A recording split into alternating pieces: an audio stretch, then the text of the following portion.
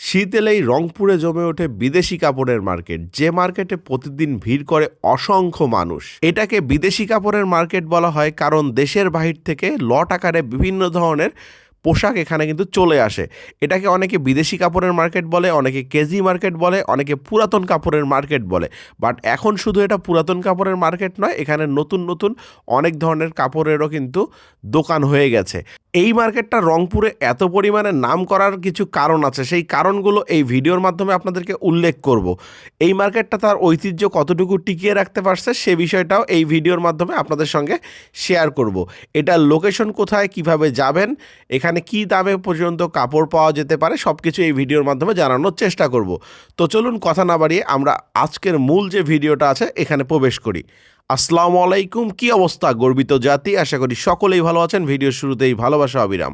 আপনারা যারা 4,299 টাকায় কক্সবাজারে যেতে চাচ্ছেন তাদের জন্য ট্যুর হাব নিয়ে আসছে খুব সুন্দর একটা সুযোগ। মাত্র 4,299 টাকায় রংপুর থেকে আপনাদেরকে কক্সবাজারে নিয়ে যাবে ট্যুর হাব। 3 রাত 2 দিনের এই ট্যুরে আপনারা 5 বেলা খাবারের পাশাপাশি কক্সবাজারের বিভিন্ন স্থান ঘুরে দেখতে পারবেন।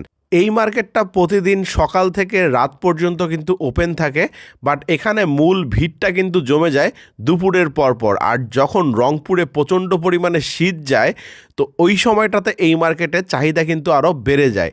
চলুন আগে এই মার্কেটের লোকেশনটা জানি। এই মার্কেটের লোকেশন হচ্ছে রংপুর রেলগেট। রংপুর রেলগেটে কেজি মার্কেট অথবা পুরাতন কাপড়ের মার্কেট অথবা বিদেশি মার্কেট যেটাই বলেন না কেন, সব নামেই এই মার্কেটটাকে মানুষ চিনে থাকে।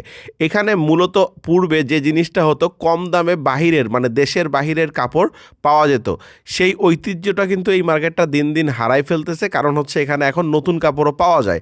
তো যাই হোক, মানুষ এখানে যাচ্ছে, মানুষ এখানকার কাপড় কম দামে কিনতে পারছে।